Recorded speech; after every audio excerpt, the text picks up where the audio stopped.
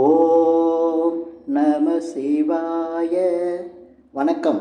நான் ஜோதிடர் மகேஷ்ஜி பேசுகிறேன். குரு உச்சம் இருந்தால் பாதிப்பு இருக்கும். இப்போ ஒரு ஜாதகத்தை எடுத்துக்கிட்டோம்னா குரு பகவான் நல்லா இருக்கணும் அப்படின்னு சொல்லுவாங்க. ஆனால் குரு பகவான் நல்லா இருந்தால், அதாவது ஆட்சி இருந்தால் கூட பரவாயில்ல, ஆனால் உச்சம் பெற்று இருந்தால் நிச்சயமாக பாதிப்பு இருக்கும். குரு சுபகிரகம்தான், ஆனாலும் குரு உச்சம் பெறக்கூடாது.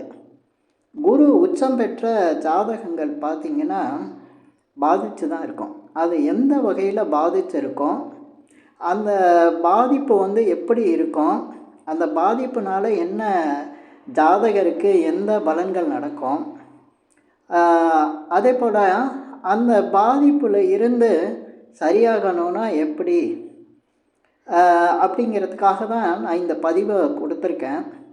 நிறைய பேர் குருவை பற்றி இப்படி யாரும் பதிவு போட்டிருக்க மாட்டாங்க. குரு சுபக்கிரகம், குரு நல்லா இருக்கணும், குரு ஜாதகத்தில் நல்லா இருந்தால் தான் ஜாதகர் நல்லா இருப்பார் அப்படின்னு சொல்லுவாங்க. ஆனால் குரு பகவான் சுபக்கிரகம்தான். ஏன்னா நம்ம அஷ்டவர்க்கத்தில் அதிக பலன்கள் வாங்கக்கூடிய கிரகம் குரு. அதனால தான் நம்ம குரு பகவான் நல்ல பலன் தரக்கூடிய கிரகம் அப்படின்னு சொல்கிறோம். குரு பகவான் சுபக்கிரகம் தான், நல்ல பலன்கள்லாம் தருவார். ஆனாலும் குரு பகவான் உச்சம் பெறும்போது பலன்கள் அப்படி நடக்கிறது இல்லை. அந்த ஜாதகருக்கு பல பாதிப்புகளை கொடுத்துரும். அது எப்படிப்பட்ட பாதிப்பு அப்படிங்கிறதுக்காக தான் நான் கொஞ்சம் ஒரு தெளிவு தெரியணும். ஏன்னா சில பேர் ஜாதகங்களில் பாதிப்பு இருந்தால் அதுக்கு வேறு வேறு காரணத்தெல்லாம் கண்டுபிடிச்சு அந்த காரணத்துக்குள்ள வழிபாடு பரிகாரங்கள்லாம் செய்வாங்க. ஆனால் அது எடுபடாது, அதனால் எந்த பலனும் இருக்காது. அவங்க நினைக்கிற, அதாவது எதிர்பார்க்குற அந்த பலன் கிடைக்காமலே போகும்.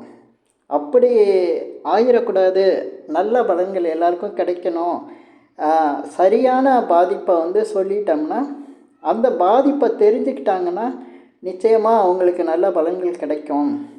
அப்படிங்கிறதுக்காக தான் நான் இந்த பதிவை போட்டிருக்கேன். இது ஒரு அவேர்னஸ் மாதிரி தான். ஏன்னா கிரகங்கள் எல்லாமே நன்மையும் தீமையும் கலந்து செய்யக்கூடியது தான் எல்லா கிரகங்களுமே. இப்போ குரு பகவான் உச்சம் பெற்றிருந்தால் என்ன மாதிரி பாதிப்பை தரும் அப்படிங்கிறதுக்கு நான் இந்த பதிவில் சில விஷயங்கள் சொல்கிறேன். ஆனால் ஒவ்வொரு ஜாதகருக்கும் வேறு வேறு பலன்கள் வரும். அதாவது பாதிப்புகளோட தன்மை வேறையாக இருக்கும். ஆனால் நான் சொல்லக்கூடிய விஷயம் குருவோட காரகத்தன்மையில் தானே சொல்கிறேன். அதனால் நீங்கள் எப்படி பார்த்தாலும் குருவோட காரகத்தன்மை அதில் இருக்கும். இப்போ குரு உச்சமாக இருந்ததுன்னா, ஒருத்தரோட ஜாதகத்தில் குரு உச்சம் பெற்றிருந்தா, குரு எங்கே உச்சம் பெறுவாருன்னா கடக ராசியில் உச்சம். கடக ராசியில் தான் குரு பகவான் உச்சம் பெறுவார். பூச நட்சத்திரத்தில் உச்சம் பெற்று இருப்பார். அப்போ கடகராசியில் குரு உச்சம் பெற்றிருந்தால் அவங்களுக்கு எப்படி இருக்குன்னா, பெரும்பாலும் திருமணம் நடக்காது. ஏன் அப்படிங்கிறதுக்கு காரணமும் சொல்கிறேன். இவங்களுக்கு குரு உச்சம் பெற்றிருக்குன்னா திருமணம் ஏன் நடக்காதுன்னா, இவங்களுக்கு குழந்தை பாக்கியம் கிடைக்கக்கூடாது, இவங்களுக்கு வாரிசு இருக்கக்கூடாது அப்படிங்கிற பாதிப்பை கொடுக்கறதுக்காக அவங்களுக்கு திருமணமே நடக்காமல் இருக்கும். திருமண முயற்சி எவ்வளோ பண்ணுவாங்க, ஆனால் திருமணம் நடக்காமல் இருக்கும். அந்த ஜாதகருக்கு திருமணத்துக்கான அத்தனை தகுதியும் இருக்கும். நல்ல வேலை இருக்கும், உயர்ந்த அந்தஸ்து இருக்கும், செல்வம் செல்வாக்கு எல்லாமே இருக்கும், அழகு இருக்கும், எல்லாம் இருக்கும். ஆனால் திருமணம் நடக்காது. குரு உச்சம் பெற்றிருக்கார் அப்படின்னு தான் எல்லா இடத்துலையும் சொல்லுவாங்க. ஆனால் அவருக்கு திருமண தடையை கொடுக்கறதுக்கு காரணமே குரு உச்சம் பெற்றிருக்கிறது தான். அது ஏன் குரு உச்சம்னா நிறைய நல்ல பலன்கள் தானே செய்யணும். ஏன்னா சுபகிரகம் வந்து உச்சத்தில் இருக்கும்போது நல்ல பலன்கள் தானே செய்யணும். ஏன் செய்யலை அப்படின்னா அதுக்கு காரணம் பின்னால் சொல்கிறேன். என்ன பாதிப்புகளை கொடுக்குன்னா, குரு உச்சமாக இருக்கிறவங்க அவங்களுக்கு பார்த்திங்கன்னா திருமணம் ஆகியிருந்தால் குழந்தை பிறப்பு இல்லாமல் இருக்கும். குழந்தை அவங்களுக்கு இல்லாமல் இருக்கும். குழந்தை பிறப்பு ரொம்ப தாமதப்படுத்தும். இதுக்கு அடுத்து பார்த்திங்கன்னா குழந்தை பிறந்திருக்கும், ஆனால் குழந்தைக்கு ஏதாவது பாதிப்பு இருக்கும். அதே போல் குரு உச்சம் பெற்றிருக்கவங்களுக்கு பார்த்திங்கன்னா அவங்க குழந்தைங்க சரியாக படிக்காமல் இருக்கும்.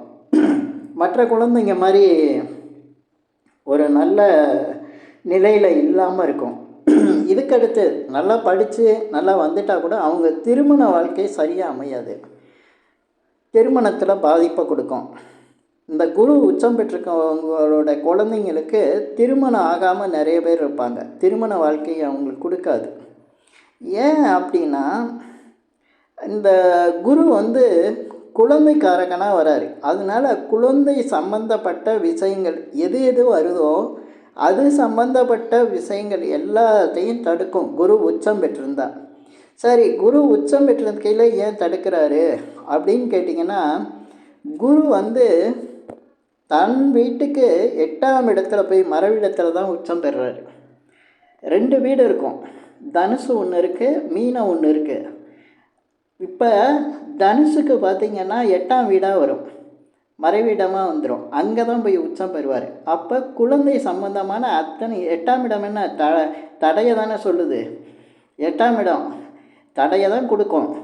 திருமண தடையை கொடுக்கும், குழந்தை பிறப்பு தடையை கொடுக்கும், குழந்தைங்களோட வாழ்க்கை நிலையை பாதிப்பை கொடுக்கும். அவங்க குழந்தைங்க பிள்ளைங்களோட வாழ்க்கை நிலையில் என்னென்ன பாதிப்பு கொடுக்கணுமோ எல்லாமே கொடுக்கும். ஏன்னா 8ஆம் இடத்துல உச்சம் பெறுவார் குரு பகவான். சரி, இது ஏன் வந்து குழந்தைங்க திருமணம் நடக்க விடாமல் வாரிசெல்லாம் இல்லாமல் பண்ணுறாரு அப்படின்னா, இன்னொரு வீடான குரு பகவான் வீடை பார்த்திங்கன்னா உச்சம் பெறக்கூடிய வீட்டுக்கு அந்த இன்னொரு வீடுன்னு சொல்லக்கூடிய மீனத்துக்கு அது 5ஆம் வீடாக வரும். 5ஆம் இடங்கிறது தான் குழந்தை. அதனால் குழந்தை சம்பந்தப்பட்ட விஷயங்களில், பிள்ளைங்க சம்பந்தப்பட்ட விஷயங்களில் குரு பகவான் தடையை கொடுக்குறாரு.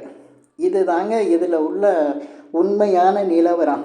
குரு பகவான் உச்சம் பெற்றிருந்தால் இப்படியெல்லாம் இருக்கும் அப்படிங்கிறதுக்காக நான் இந்த பதிவில் சில விஷயங்கள் சொல்லியிருக்கேன். இன்னும் சொல்லிகிட்டே போகலாம். ஏன்னா நிறைய பேருக்கு ஜாதகம் பார்க்குறாங்க, ஜாதகத்தில் பாதிப்பு, இப்போ குழந்தை பிறப்பு தாமதம், திருமண தடை இருக்குது அப்படின்னா 7ஆம் இடம் 2ஆம் இடம் இதெல்லாம் பாதிச்சிருக்கோம், அது கூட பார்க்கலாம்.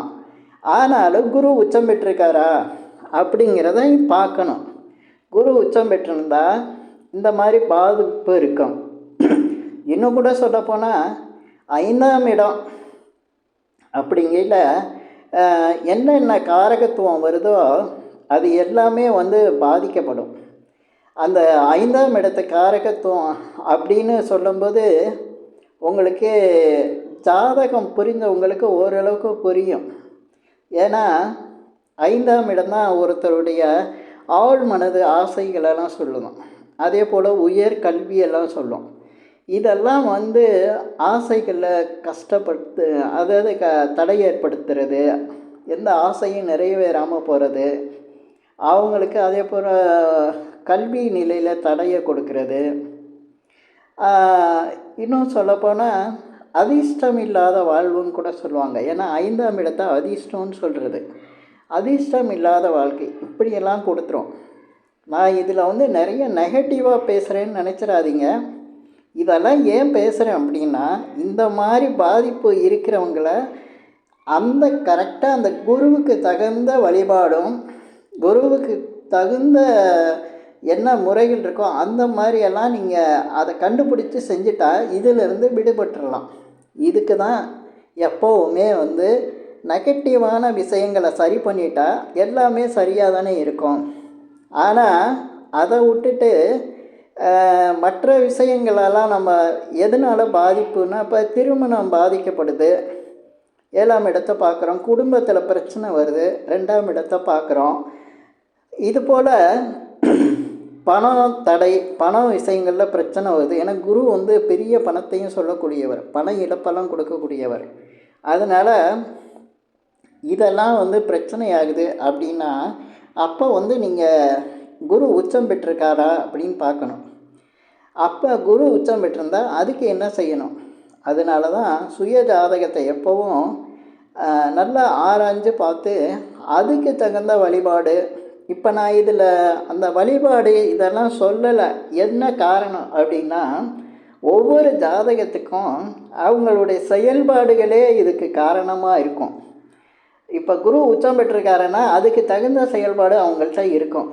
ஏதோ ஒரு வகையில் அவங்கள்ட்ட இருந்துக்கிட்டு இருக்கும். அது தொழில் முறையில், வாழ்க்கை முறையில், அவங்க இருக்கிற இருப்பிட முறையில், எதுலேயாவது இருக்கும்.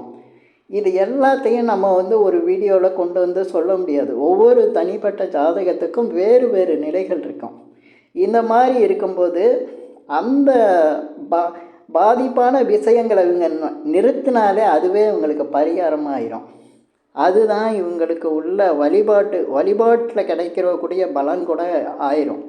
அப்போ அவங்களுக்கு இந்த குரு உச்சம் பெற்றிருக்கிறதெல்லாம் உச்சம் பெற்ற நிலையில் வரக்கூடிய பாதிப்புகள் எல்லாமே சரியாயிரும். நீங்கள் இந்த பதிவை கேட்டிங்கன்னா, இந்த மாதிரி பாதிப்பு இருக்கிறவங்கெல்லாம் இப்போ பாதிப்பு தெரிஞ்சிருச்சு. ஆனால் நான் நிறைய பேருக்கு இந்த மாதிரி பாதிப்பை சொன்னேன்னா அவங்க அதிலேருந்து அவ்வளோ சீக்கிரம் விடுபட முடியல.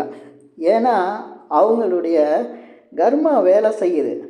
அவங்க நான் சொல்கிறத விட வேறு சில காரணங்களை வச்சு பேசிக்கிட்டு இருக்காங்க. எனக்கே ஜாதகத்தெல்லாம் சொல்லி தருவாங்க. அதனால் எனக்கு தெரிஞ்சு இந்த பதிவை ஓரளவாவது புரிஞ்சுக்கிறவங்களுக்கு இது உதவியாக இருக்கணும் தான் இந்த பதிவை நான் போட்டிருக்கேன். இந்த பதிவை பார்த்து இந்த குரு உச்சம் பெற்றிருக்கவங்களுக்கு நான் சொன்னது சரியாக இருக்கும் அப்படிங்கிறத நீங்களே புரிஞ்சுக்கலாம். ஜாதகத்தை வச்சே நீங்கள் புரிஞ்சுக்கலாம். இப்போ இந்த பதிவில் நான் சொல்லியிருக்கிற விஷயங்கள் உங்களுக்கு பிடிச்சிருந்ததுன்னா ஷேர் பண்ணுங்கள், லைக் பண்ணுங்கள். அதே போல் இந்த சேனலுக்கு சப்ஸ்கிரைப் பண்ணுங்கள். என்கிட்ட ஜாதகம் பார்க்கணுன்னா மட்டும் கீழே இருக்க என் நம்பருக்கு கால் பண்ணுங்கள். நன்றி, வணக்கம்.